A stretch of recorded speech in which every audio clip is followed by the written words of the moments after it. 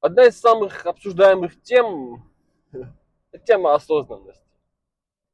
Вот на этот раз попытаюсь как-то ну, попроще, да, объяснить все это дело. Как определить, что вы прямо сейчас действуете ну, осознанно и исходя из свободы? Да? В чем вот эта фишечка вот этой осознанности? А фишечка в том, что если ваш выбор сделан на автомате, да, из привычки, из страха, из манипуляций, из чего-то еще, но без обдумывания всего этого дела, да, вами именно, вашим я. Вот это все неосознанные действия.